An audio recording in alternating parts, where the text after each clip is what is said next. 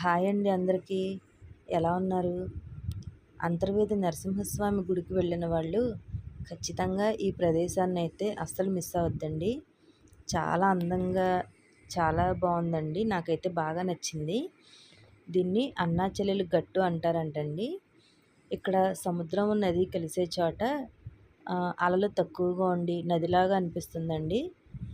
దూరం నుంచి చూడటానికేమో సముద్రం అలా కెరటాలతో ఉంటే, ఇటువైపు మాత్రం ఈ నది చాలా ప్రశాంతంగా చిన్న చిన్న అలలతో ఉన్నట్టు చాలా అందంగా ఉందండి. నాకైతే చాలా బాగా నచ్చింది. ఈ ప్లేస్కి వెళ్ళడానికి కొంచెం దారి అయితే నీట్గా లేదు, కానీ చూడటానికైతే చాలా బాగుందండి. మీరైతే ఖచ్చితంగా మిస్ అవ్వద్దు. ఇక్కడ నది దగ్గర ఇసుక కాకుండా ఇలాగా నీళ్లు వెనక్కి వెళ్ళేటప్పుడు చిన్న చిన్న ముత్యాలలాగా భలే ఉందండి. మట్టి కూడా చాలా బాగుంది. చాలా పీస్ఫుల్గా ఉంది. కాకపోతే ఇక్కడ నాకు నచ్చింది ఏంటంటే అసలు మెయింటెనెన్స్ లేదండి. అసలు నీట్గా లేదు. జస్ట్ ఒకసారి చూసొద్దాము అన్నట్టుగా మేము కూడా వచ్చాము. చూసారా ఈ మట్టి కూడా ఎలా ఉందో.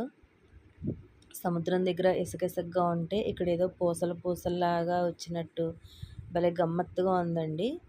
చాలా బాగుంది. ప్లేస్ అయితే చూడటానికి చాలా అందంగా ఉంది, కానండి మెయింటెనెన్స్ అయితే సరిగ్గా లేదు. దారి కూడా కొంచెం నీళ్ళల్లో నుంచి వచ్చినట్టు అలా వచ్చామన్నమాట. చూడాలి అని వచ్చాం తప్ప నీట్గా అయితే లేదండి. కానీ ఇక్కడ భలే గమ్మత్తుగా నది ఇలా ప్రశాంతంగా ఉన్నట్టు దూరం నుంచి మనం ఇలా తిరిగి చూస్తుంటే దూరం నుంచి చక్కగా లైట్ హౌస్, సముద్రం కనబడుతూ ఒకే ప్లేస్లో నది, సముద్రం కనబడటం విచిత్రంగా ఉంటుంది కదండి. ఖచ్చితంగా చూడండి. మీకు నచ్చితే కనుక, నా చిన్న చిన్న వీడియోస్ నచ్చితే కనుక please like, share and subscribe to my channel. ఇదిగోనండి, ఇవి నత్తలు అంటారంట.